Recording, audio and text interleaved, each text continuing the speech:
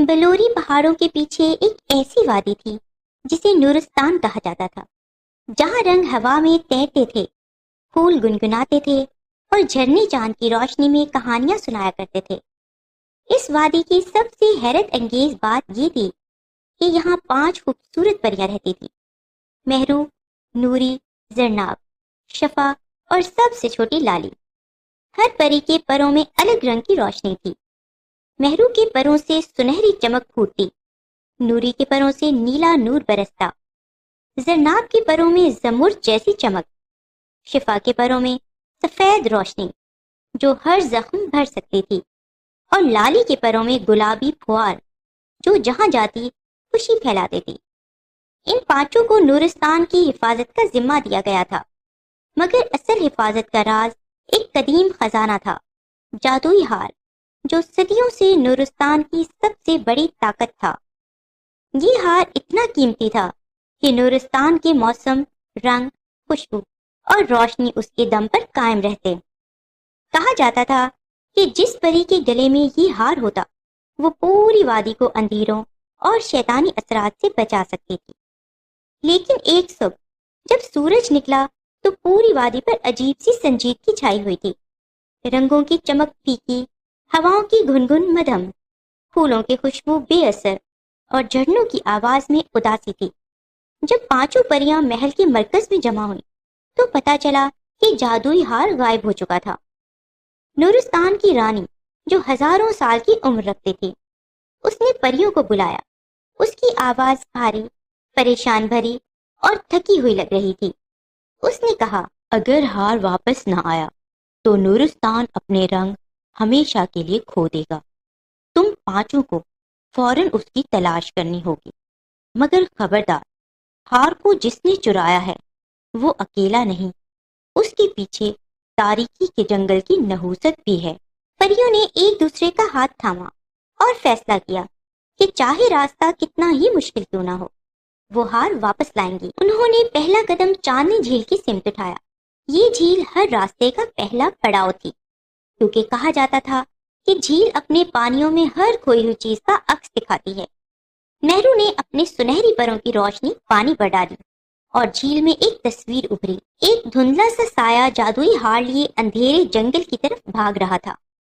پریوں نے اس نشان کو پکڑا اور سفر آگے بڑھایا، مگر جیسے جیسے وہ جنگل کے قریب پہنچی، روشنی کم ہوتی گئی، ہوائیں بھاری ہوتی گئیں اور راستہ کانٹوں سے بھرا ہوا محسوس ہونے لگا۔ نوری کی باری آئی۔ نوری کو جانوروں کی زبان آتی تھی۔ اس نے جنگل کے کنارے بیٹھے ایک ہرن سے پوچھا کہ کیا اس نے کسی عجیب مخلوق کو جاتے دیکھا ہے۔ ہرن نے سر ہلایا اور بولا، ہاں، ایک اداس سا سایہ تھا جو بہت گھبرا کر بھاگ رہا تھا۔ اس کے پیچھے اندھیری دھول سی پھیلی جا رہی تھی، مگر وہ نقصان پہنچانے والا نہیں لگ رہا تھا، بس کوئی تکلیف میں تھا۔ نوری نے پریوں کو بتایا اور سب کو حیرت ہوئی کہ کوئی اداس سایہ ہار کیوں چرائے گا، مگر وہ جواب تلاش کرنے کے لیے آگے بڑھیں۔ جنگل میں داخل ہوتے ہی تیزی سے اندھیرے نے انہیں گھیر لیا۔ ہر طرف ٹوٹی ہوئی شاخیں، سرگوشیاں کرتی ہوائیں اور دور دور سے آتی گرج سنائی دیتی۔ اچانک زرناب نے کہا، رکو، میں پانی میں جادوئی نشانیاں دیکھ سکتی ہوں۔ اس نے اپنے ہاتھ سے جنگل کے بیچ موجود چھوٹے چشمے کا پانی چھوا تو پانی میں روشنی کی ایک لکیر ابھری۔ وہ لکیر سیدھی جنگل کے اندر کی طرف جا رہی تھی۔ یہ راستہ صحیح ہے، زرناب نے بتایا، اور وہ سب اس روشنی کا پیچھا کرتے ہوئے آگے بڑھ گئیں۔ راستے میں انہیں ایک زخمی دیو ملا جو سر پکڑے کراہ رہا تھا۔ عام حالات میں دیو خطرناک ہوتا، مگر یہ روتا ہوا زمین پر بیٹھا تھا۔ شفا فوراً آگے بڑھی۔ اسے ڈرنے کی ضرورت نہیں، یہ تکلیف میں ہے۔ اس نے اپنے سفید پروں کی روشنی دیو پر ڈالی اور اس کا زخم بھر گیا۔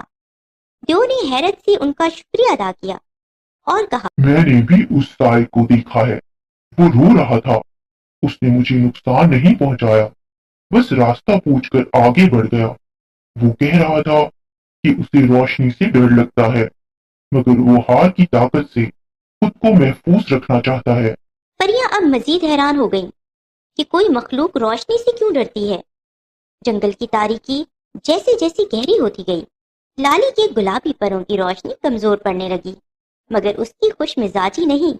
راستے میں جیسے ہی سایوں کی جادوئی دیوار آئی، لالی نے اپنی دل فریب ہنسی چھوڑی اور حیرت انگیز طور پر دیوار ٹوٹنے لگی۔ باقی پریاں خوش ہوئیں۔ آخرکار وہ ایک ویران، خاموش، ٹھنڈی جگہ پر پہنچی۔ وہاں ایک سوکھا پڑا درخت تھا جس کے نیچے ایک دھندلا سا سایہ بیٹھا تھا۔ اس کے ہاتھ میں چمکتا ہوا جادوئی ہار تھا۔ پریاں آہستہ آہستہ قریب ہوئیں۔ مہرو نے نرم آواز میں پوچھا، تم نے ہار کیوں لیا؟ اس کی وجہ سے پوری وادی کمزور ہو گئی ہے۔ سایہ لرزنے لگا، جیسے اسے خود بھی اپنی حرکت پر افسوس ہو۔ کچھ دیر بعد اس نے مدھم آواز میں کہا، میں دشمن نہیں ہوں، میں تو بس اکیلا ہوں، اتنا اکیلا کہ اندھیرا میرا گھر بن گیا ہے۔ ہار کی روشنی مجھے گرم رکھتی ہے۔ میں نے چوری نہیں کی، بس تھوڑی دیر کی روشنی مانگنے آیا تھا، مگر ڈر گیا کہ اگر تم لوگوں نے مجھے دیکھا تو بھگا دو گی۔ پریوں کے دل پگھل گئے۔ نورستان کی پریاں کبھی کسی مخلوق کو تنہا نہیں چھوڑتی۔ نوری آگے بڑھی اور بولی، ہم تمہیں نہیں بھگائیں گے، روشنی سب کی ہے، مگر ہار پوری وادی کا ہے۔ اگر تم چاہو تو ہم تمہیں دوست بنا سکتے ہیں۔ لالی نے بھی مسکرا کر کہا، اور ہم تمہیں ہنسنا بھی سکھا دیں گے، پھر اندھیرا خود بھاگ جائے گا۔ سایہ حیرانی سے پریوں کو دیکھنے لگا۔ پہلی بار ان کی سرگوشیوں میں خوف کی بجائے امید تھی۔ سایہ خاموشی سے کھڑا ہوا اور ہار آگے بڑھا دیا۔ مجھے معاف کر دو، میں نقصان کا ارادہ نہیں کیا تھا۔ پھر پانچوں پریاں اور وہ سایہ مل کر نورستان واپس ہوئیں۔ جیسے ہی مہرو نے ہار نورستان کی جادوئی ستون پر رکھا، پوری وادی میں رنگوں کا دھماکہ سا ہو گیا۔ پھول کھل اٹھے، جھرنے خوشی سے گانے لگے اور ہوا میں چمکتی ہوئی روشنی پھیل گئی۔ رانی پری نے پانچوں کو گلے لگایا اور کہا، تم نے ہار واپس لا کر تو کارنامہ کیا ہے، مگر اس سے بڑا کارنامہ یہ ہے کہ تم نے اندھیرے میں رہنے والے کو دوست بنا لیا۔ یہی اصل طاقت ہے، روشنی بانٹنے کی طاقت۔ سائے کو نورستان میں رہنے کی اجازت ملی، جہاں لالی روز اسے لطیفے سناتی، نوری اسے جانوروں سے ملواتی، مہرو اسے روشنی دکھاتی، زرناب اسے پانی کے جادو سکھاتی، اور شفا اس کی دل کے پرانے زخم بھر دیتی۔ نورستان پہلے سے زیادہ چمکنے لگا اور پانچوں پریوں کی دوستی کو ایک نئی مثال سمجھا جانے لگا۔